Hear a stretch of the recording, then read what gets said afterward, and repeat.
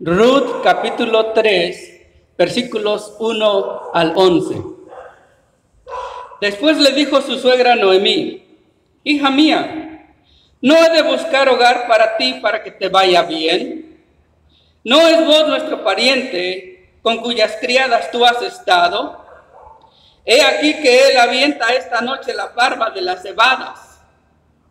Te lavarás pues y te ungirás, y vistiéndote tus vestidos, irás a la era, mas no te darás a conocer al varón hasta que él haya acabado de comer y de beber.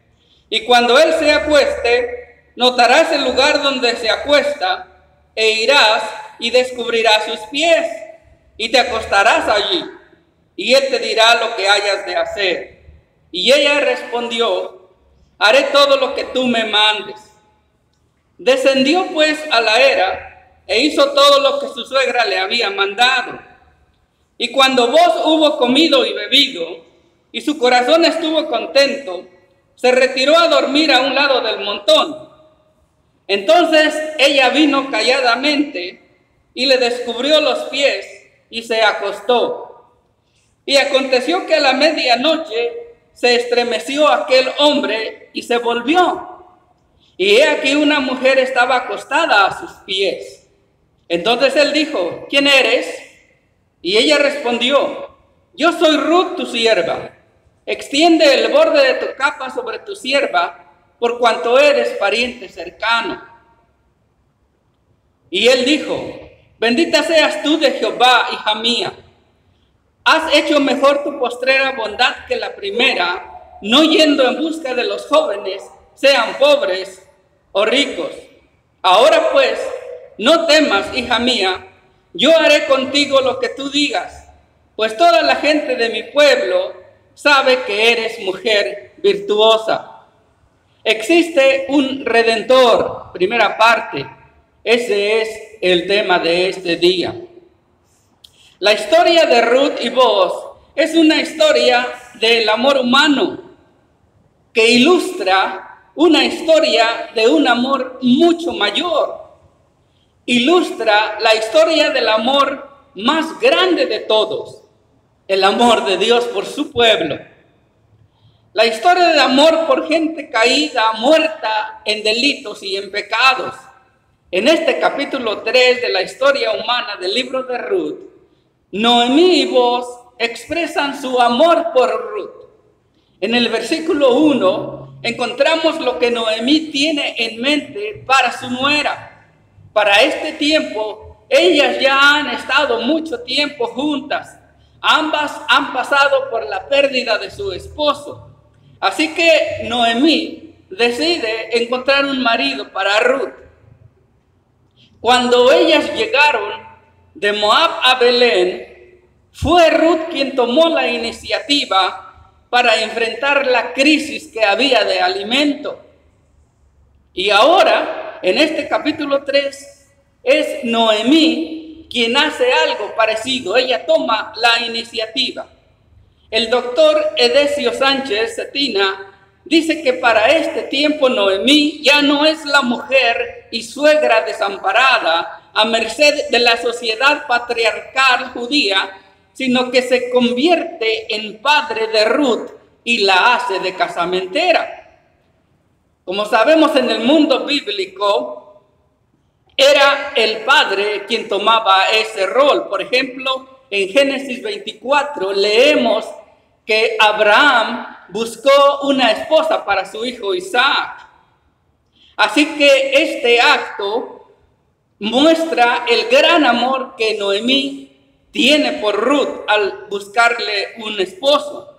Y es muy interesante mencionar que la palabra traducida como hogar en el versículo 1 también puede traducirse como descanso. En hebreo es manoach y puede traducirse como descanso, encontrar seguridad, establecerse, sentirse seguro o encontrar descanso perfecto. En este sentido, es como si Ruth le estuviese diciendo: perdón, como si Noemí le estuviese diciendo a Ruth, hija mía, ya has pasado por mucho sufrimiento, ya has pasado por mucho dolor, ya es tiempo de que te encuentre un lugar donde encuentres descanso, donde estés segura. Curiosamente, un descendiente, muchos siglos después, un descendiente de Noemí, nuestro Señor Jesucristo, dijo algo similar a lo que ella dijo. Jesucristo dijo, venid a mí todos los que estáis trabajados y cansados, que yo os haré descansar. Mucha gente todavía necesita ese tipo de descanso. Sin embargo, ellos o algunos de ellos lo buscan en los lugares equivocados. Algunos los buscan en ciertos placeres o en encontrar cierto o obtener cierto conocimiento o en establecer ciertas relaciones. Pero la Biblia dice que ese descanso solamente se encuentra en tener una relación con Dios por medio de nuestro Señor Jesucristo. Y en este pasaje encontramos que Noemí quiere que Ruth encuentre descanso y que la solución se encuentra en lo que ha estado sucediendo en los campos de Belén. La solución para que Ruth encuentre descanso se encuentra en Boaz. Él es un pariente y eso lo coloca en una posición de ayudar haciendo algo en particular. Él puede redimir a Ruth. Así que eso es lo que Noemí busca, un redentor para Ruth. Se nos dicen por lo menos 3 características de este redentor: que es un redentor calificado, que es un redentor digno y que es un redentor que está decidido a redimir. El día de hoy solamente veremos 2 de estas características. Número 1, un redentor calificado para redimir. En los 2 primeros capítulos del libro de Ruth hemos estudiado que Noemí está preocupada por ella misma. Ella se volvió egocéntrica y amargada por todo lo que sufrió en Moab y se aislaba de quienes la rodeaban. Incluso el apasionado compromiso que hizo Ruth con ella en el capítulo 1 parece que no hizo nada en ella. También estudiamos que en el capítulo 2, mientras que Ruth salía para encontrar comida, Noemí se quedaba en casa. Sin embargo, en este capítulo 3 ahora notamos que Noemí está pensando en las necesidades de Ruth. Parece que mientras ella ha experimentado toda esta bondad de Dios y toda esta fidelidad que Dios le ha mostrado, su corazón ha comenzado a cambiar. Gracias al arduo trabajo de Ruth y a la generosidad de Boaz, encontró una nueva esperanza. Quizás incluso podemos ver que ella se da cuenta de que se había equivocado al culpar a Dios de todas sus desgracias. Y entonces ella comienza a reconocer su pecado y se arrepiente de ello. El arrepentimiento inevitablemente aleja nuestra atención de nosotros mismos y nos hace mirar las necesidades de nuestro prójimo. La amargura nos lleva a una depresión egocéntrica, pero el verdadero arrepentimiento nos hace mirar las necesidades de los demás. Así que ahora Noemí comenzó a considerar las necesidades de Ruth. Se dio cuenta de que vivir con ella no podría ser una situación ideal. Ruth necesitaba un marido y necesitaba tener su casa propia. Y aunque Noemí ya había mostrado un interés porque Ruth encontrara un esposo e incluso oró por ello en el capítulo 1, Ahora ella elabora un plan para lograrlo. El versículo 1 dice, después le dijo su suegra Noemí, hija mía, no he de buscar hogar para ti para que te vaya bien. Está en forma de pregunta, pero en realidad es una afirmación que significa, debo de buscarte un esposo. Es muy probable que ella pensara que había un problema, porque ningún hombre de Belén desearía casarse con una forastera, especialmente con una moabita. Seguramente todos en Israel conocían aquel acontecimiento en Sittim cuando el pueblo estaba saliendo de Egipto. En Números capítulo 25 leemos que las mujeres moabitas indujeron a los hombres israelitas a la inmoralidad sexual y a la idolatría. Más aún, el origen de Moab se produjo de un acto de incesto entre Lot y su hija mayor, de acuerdo a Génesis 19. Por lo tanto, la imagen de las mujeres moabitas en Israel era muy negativa. Tener una esposa moabita hubiera sido socialmente incómodo, si no es que mucho peor. Si un hombre se casaba con una mujer moabita, podría terminar como un excluido, rechazado por una sociedad decente. Y nadie, humanamente hablando, tomaría ese riesgo. Pero Noemí pensó que ella conocía una solución y que esa solución podría ser vos, porque él era un hombre de carácter y era un pariente suyo. Eso es lo que leemos en el versículo 2. ¿No es vos nuestro pariente en cuyas criadas tú has hecho? Una vez más, se está afirmando, vos es nuestro pariente. Él era un hombre que ya había mostrado estar dispuesto a hacer provisiones para ellas.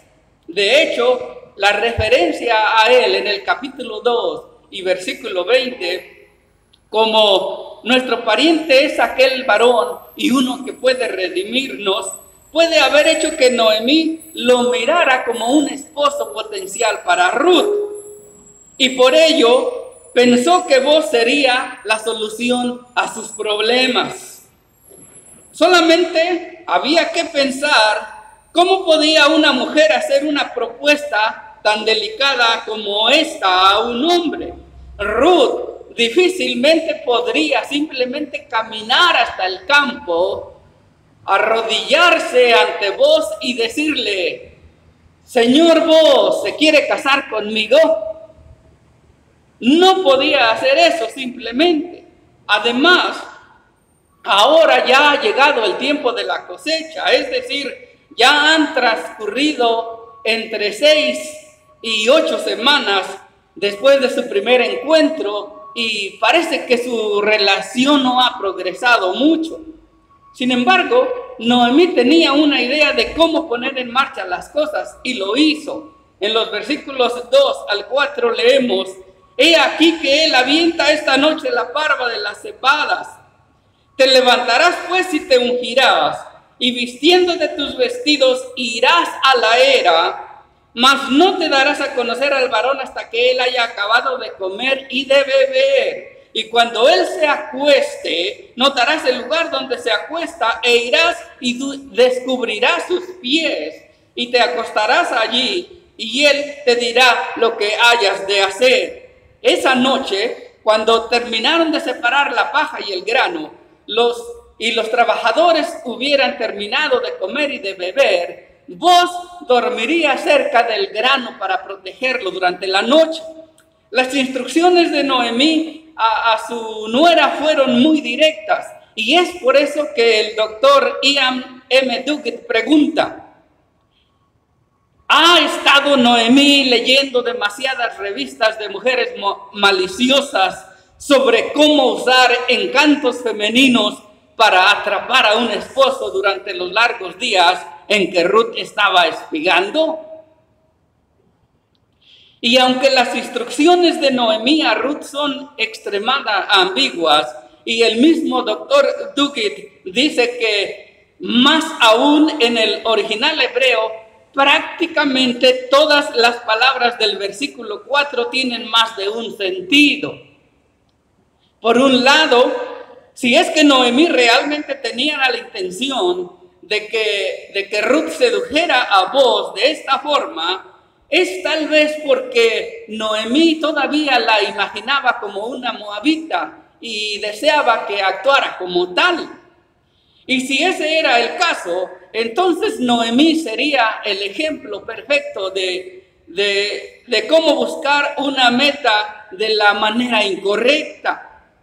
Y aunque su objetivo sería digno, es decir, el de encontrar un lugar de descanso o un esposo para Ruth, por medio de un medio legal que Dios había provisto en la persona del pariente redentor, sin embargo, su estrategia para alcanzar este objetivo no sería el adecuado, porque se basaría en la manipulación humana en lugar de la fe en Dios. En este sentido, aunque Noemí está progresando, notamos que todavía le falta mucho para confiar plenamente en Dios. Por el otro lado, también es posible que Noemí no tuviese la intención de que este encuentro fuera un encuentro sexual entre Booz y Ruth.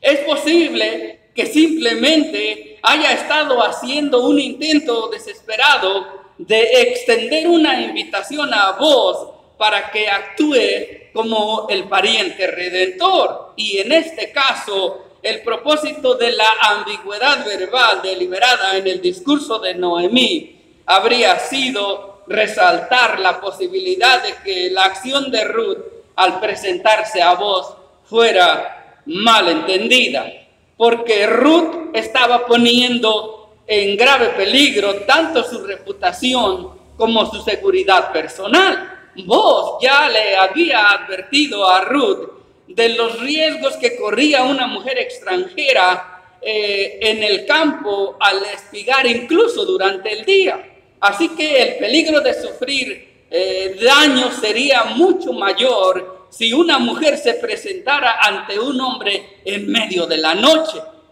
Y ambas interpretaciones del discurso de Noemí son posibles y ambas aumentan nuestro suspenso. Pero lo que es cierto de estos versículos es que Booz es un redentor calificado para redimir. Él es un pariente. Él está calificado para redimir a Ruth. En segundo lugar, veamos que es un redentor digno de redimir.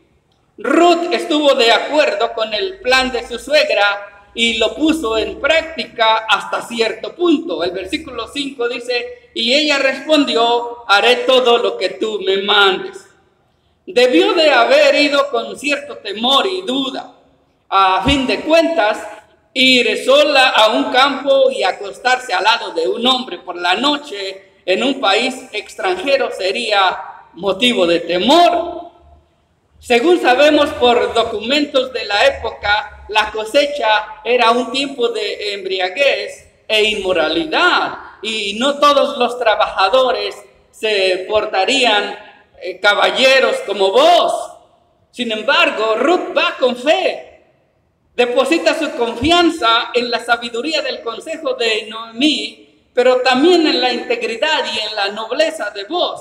Además, sin duda y por sobre todo eso, ella tiene plena confianza en la providencia de Dios que ha guiado sus pasos hasta este momento. Y así, con un espíritu de obediencia y con el consejo de Noemí, Ruth siguió sus instrucciones. En el versículo 6 y 7 leemos, descendió pues a la era e hizo todo lo que su suegra le había mandado.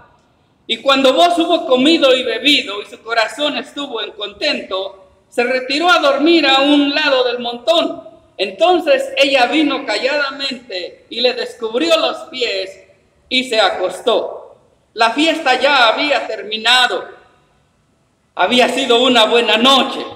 Después de un largo día de trabajo y de un largo día y noche de banquetes, Boaz debió haberse sentido muy contento.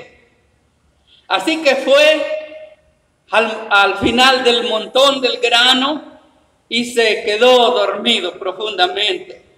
Sin embargo, la Biblia dice que a medianoche algo lo perturbó. Seguramente el aire frío en sus pies lo despertó. Entonces, en el versículo 8 leemos: y aconteció que a la medianoche se estremeció aquel hombre y se volvió, y he aquí una mujer estaba acostada a sus pies. La pregunta de Boaz, ¿quién eres?, en el versículo 9, fue una pregunta bastante natural. Y Ruth respondió: yo soy Ruth, tu sierva. Extiende el borde de tu capa sobre tu sierva, por cuanto eres pariente cercano. Versículo 9. Aquí es donde las acciones de Ruth difirieron de las instrucciones de su suegra. En lugar de dejar la situación ambigua, como mujer de carácter y como mujer de fe, Ruth quiso dejar claras sus intenciones desde el principio. Su objetivo era un compromiso de matrimonio y no una sola noche de pasión. En el mundo antiguo, el compromiso de matrimonio estaba simbolizado por el gesto de cubrir a alguien con la punta de la túnica, aproximadamente equivalente a dar un anillo de compromiso en nuestra cultura. Escuche lo que dice Ezequiel capítulo 16 y versículo 8. Y pasé yo otra vez junto a ti, Jehová hablando acerca de Israel, y te miré, y he aquí que tu tiempo era tiempo de amores, y extendí mi manto sobre ti, y cubrí tu desnudez, y te di juramento, y entré en pacto contigo, dice Jehová el Señor, y extendí mi manto sobre ti. Así que vos entiende las palabras de Ruth como una invitación a que él se case con ella. Es por eso que el doctor Edesio Sánchez Cetina, en su bosquejo de su estudio al libro de Ruth, tituló este capítulo 3, Ruth le propone a Boaz. Hasta el día de hoy, en muchas partes de Oriente, decir que él puso su manto sobre una mujer es sinónimo de decir que se casó con ella. En algunas bodas judías modernas, una parte de la ceremonia consiste en que el novio ponga un saco o un manto sobre la novia. Ruth ya se había cubierto con parte del manto y ahora le pide a Boaz que haga lo mismo para que el acto llegue a ser propio. También debemos mencionar que en Oriente, extender el manto sobre uno es un acto simbólico que significa protección. Y es interesante notar que la palabra borde en el versículo 9 es canaf, que en el capítulo 2, versículo 12 se tradujo como alas. En otras palabras, Ruth utilizó una imagen poética basada en la bendición de Boaz para ella, en la bendición que él le había dado a Ruth. Ruth utilizó esta imagen, es decir, esta viuda moabita estaba llamando la atención de un renombrado hebreo para que cumpliera con su responsabilidad. Él podría hacer que se cumpliera su propia bendición y convertirse en un pariente redentor, proporcionándole la seguridad del matrimonio. Como señalamos en el capítulo 2, un pariente redentor era una persona que tenía la obligación de recomprar a sus parientes si ellos tenían si ellos se habían vendido como esclavos para pagar sus deudas. Y en determinadas circunstancias, el pariente redentor también tenía la obligación a casarse con la viuda de su hermano para formar una familia para el difunto. y esa nueva familia heredaría la tierra o la propiedad.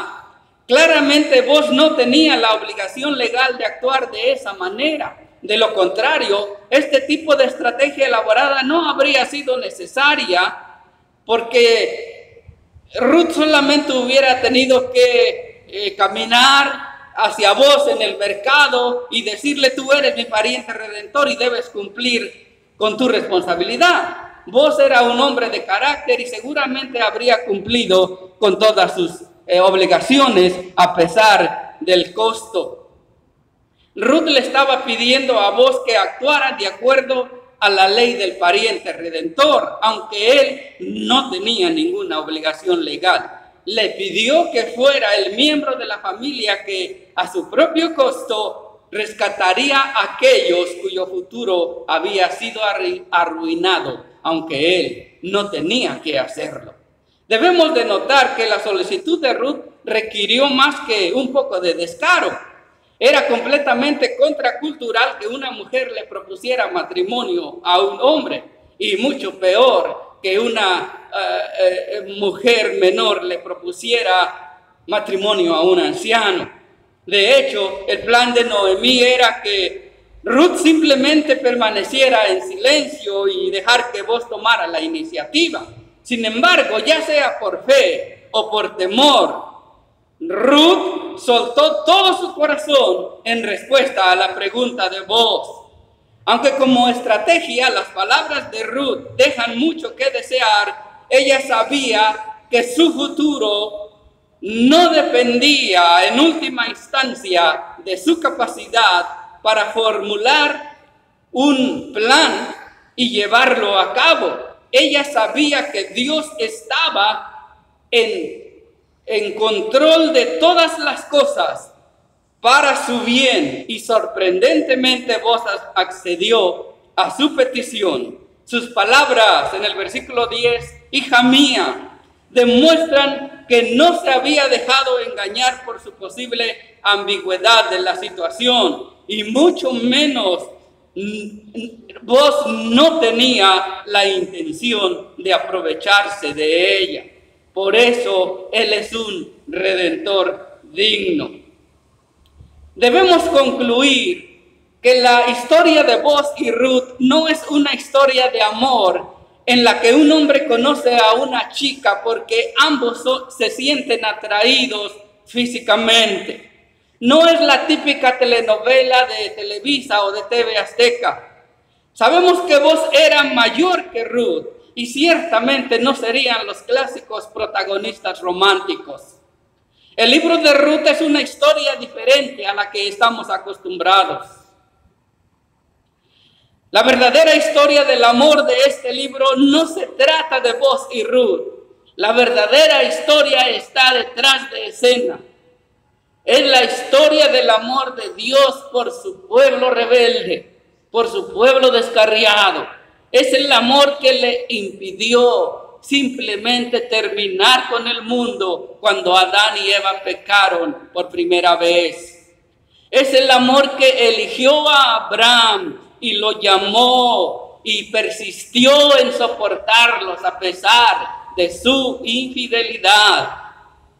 Es el amor que no los dejaría, a pesar de que una y otra vez dejarían a Jehová por los dioses falsos. En la vida de los hijos de Dios, este amor nos alimenta con el pan de cada día y con el vestido que necesitamos para vestir. Este gran amor es el que nos trae amigos y familiares y hermanos que nos ayudan y que nos alientan para seguir adelante en el camino de nuestras vidas. Por todo esto debemos de estar agradecidos.